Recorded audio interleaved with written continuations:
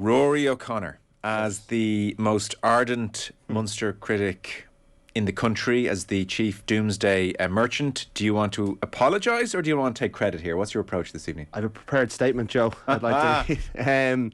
The kick that saved Irish rugby. Is that where we're going with this? Like the derby that was dead and now suddenly is alive. I mean, Munster's season, there's nearly a book in it. You know, I mean, and I sat in this studio about 6 months ago and predicted they wouldn't get into the European Cup next season, and now they're in a final with a trophy on the line, and more power to them. Like, that's amazing. Like, an incredible Early and season. Often, I would say that you promised that they wouldn't get into Europe. I mean, in fairness, sorry, I'm not going to start in fairness to myself. But Graham Rountree said on Saturday, 3 weeks ago, they were looking at this going, we're not going to get into the European Cup. They're in a dogfight, and they've gone and they've won in Cape Town. Yeah. They've drawn in Durban.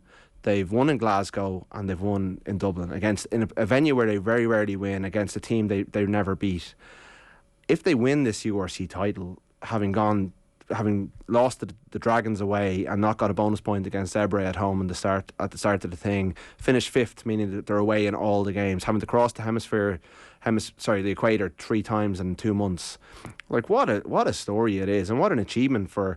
Like, they will say themselves they had a bad start to the season and they got themselves in a hole, but the way they fought their way out of it is incredibly impressive, and it's brilliant. It's great for Irish rugby because it's good for Leinster. It's not good for Leinster right now in this week, but having rivals that will drive them on, for Irish rugby to have a game of that high quality, 44 minutes ball and play at the Aviva Stadium.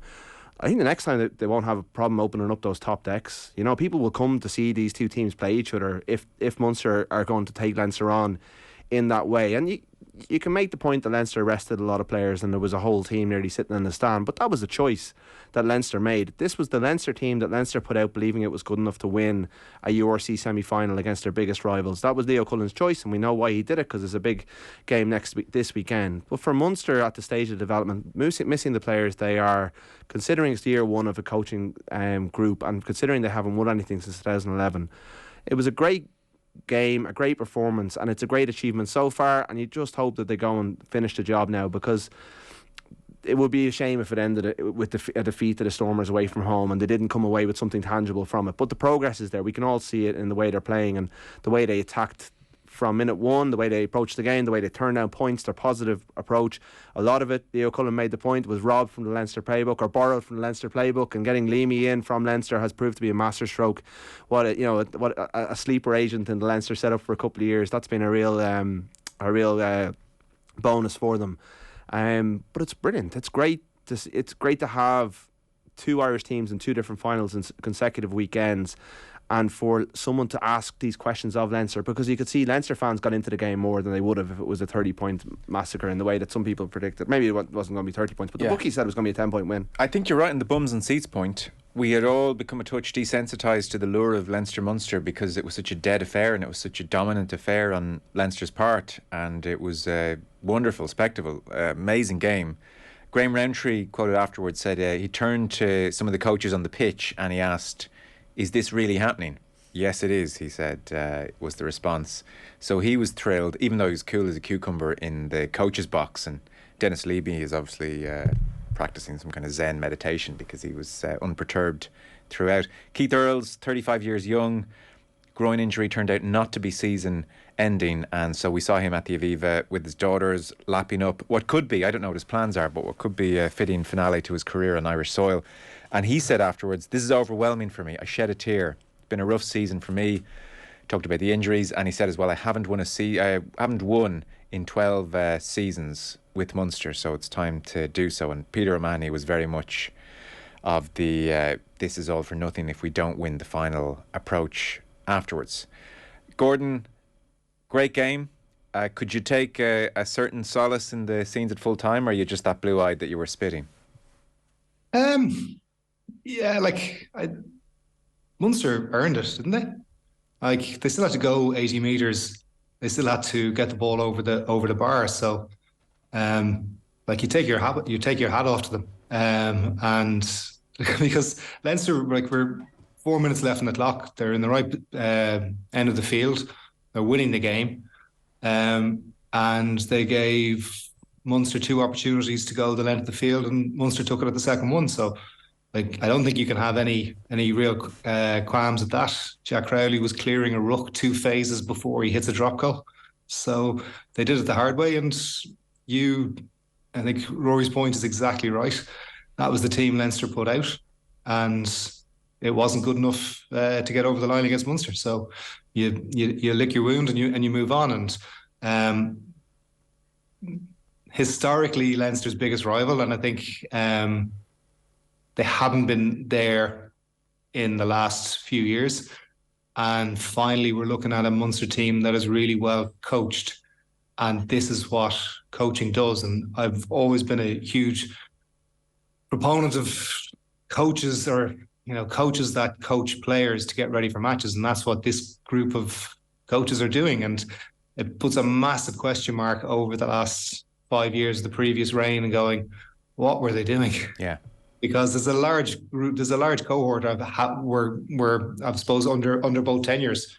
You're talking about Keith Urge, you're talking about Peter O'Mahony, but there's a lot of players whose careers were stunted for a long period of time. And Munster are back, and they're back with a bang, which is, as Rory was saying, it's good for Leinster in the long run. It's hard for them today, and it also puts the challenge of the URC and the timing of the Champions Cup into perspective and go, can you compete on 2 fronts realistically, given how, it's knockout rugby for, 2 weeks before the Champions Cup and the week after it. So 4 knockout games back to back. I don't think too many teams have that schedule.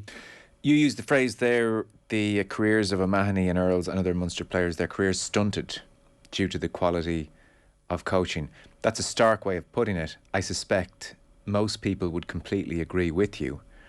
In many ways, the best thing that's happened to Munster is a phone call from Bath, because lest anyone need reminding, the powers that be in the Munster hierarchy and the RFU would still have Van Graan as coach had he not decided to leave. So, they get plenty right, but they get plenty wrong as well in the upper echelons of Irish rugby. Yeah, best laid plans and all that. Not too many people applying for the job as well, by all signs and things. And Graham Rountree ending up as the coach. And to be not that I know anything about how that materialised. Maybe he was their first choice as soon as Van Graan was gone. I don't know, but he is the right guy for the right time. Right guy at the right time for Munster, and he's picked a brilliant backroom staff, and he's ended up in it's like we're seeing it now on the pitch, and it's like it is. Don't get me wrong, like I'm blue glasses all the way. That was the first time since I finished playing rugby that I actually went, oh, that loss hurts watching it. On the Van Graan versus Rountree era point. It's hard to argue, isn't it? I mean, Van Graan did get to a couple of finals. He got them to the European semi-finals as well. He never got, and that's all that Graham Rountree has done, albeit in year one. I think Van Graan got to a European semi-final in his first season, having taken over from Razzie, and lost the semi-final to Leinster in a very similar game where it was Max Deegan. As Munster came and the length of the pitch, Max Deegan got in over the ball and won a turnover, and Leinster won with a kind of a shadow side as well. And there was a lot of parallels with that game on Saturday. So when the coaches talk about fine margins, Van Graan, I'm sure, has a list of moments and fine margins that got away from him, but certainly I think over the course of his tenure, they moved very far away from the Munster identity to try to impose a South African style on the province. It didn't fit their players. Larkham came in, everyone expected it to really, big global name, and it never really worked. It never really clicked. And I know Mike Prendergast has a really good, solid CV behind him, and people in Limerick and in Munster really respect him. But he's not a Stephen Larkham. He hasn't won a World Cup as a coach, but he's a far more aligned appointment with what Munster's values are about. He gets the province. He's from the province. He's gone off and earned the stripes, and he's come back in and he's done wonders. Leamy, was coaching schools and got recruited by Leinster, did his time in Leinster, and they go and identify him, and he is putting everything he learned there back into what he's doing. They've appointed Ian Costello as a director of operations, a big hole in the operation that they've had in the past from next season. That's another little nugget that will help them in the future. So that the operation as a whole, it doesn't all fall on one man or one. You know, they had a director of rugby in Ruaidhri Erasmus, and he was supposed to run the ship from top to bottom. He left, and they appointed a rookie head coach in Graan, and it was too big a job for him in many ways. And I don't think he was the right fit. He was a very decent man to deal with. I always liked my dealings with him, but ultimately they came up short repeatedly on his watch, and you know, a lot of the performances against Leinster in particular, they'd never landed a blow. Well, you couldn't accuse them on Saturday, even if they hadn't. If Crowley's drop goal had drifted wide, they threw plenty of shots on Saturday. They'd have a lot of regrets if it hadn't gone their way. But the way that I think supporters still would have been heartbroken, but they would have left going, we're on the right track here. And a lot of times under Johan, you didn't feel that way. You kind of felt like they were kind of on a hiding to nothing every time, and every season felt the same.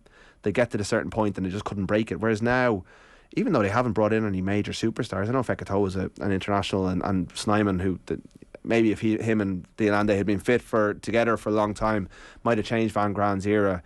It does feel like now, with a very similar squad, they're on a much better trajectory. And even if it doesn't result in finals, there's a lot more to like about the way they approach the game, and their mindset. Their mindset's great. You know, it's far more positive.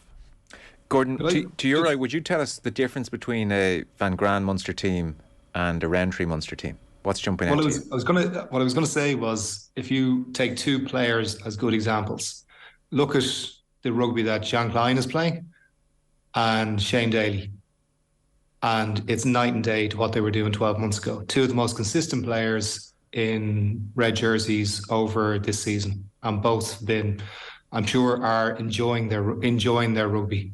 And no team has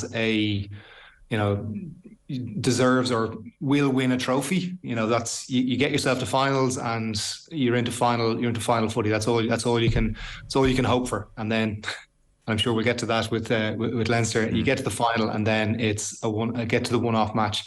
But those two are brilliant examples, and Crowley coming through and Ben Healy coming through now, and look at the footy that they're playing versus, well, Crowley wasn't playing 12 months ago and couldn't get a look in.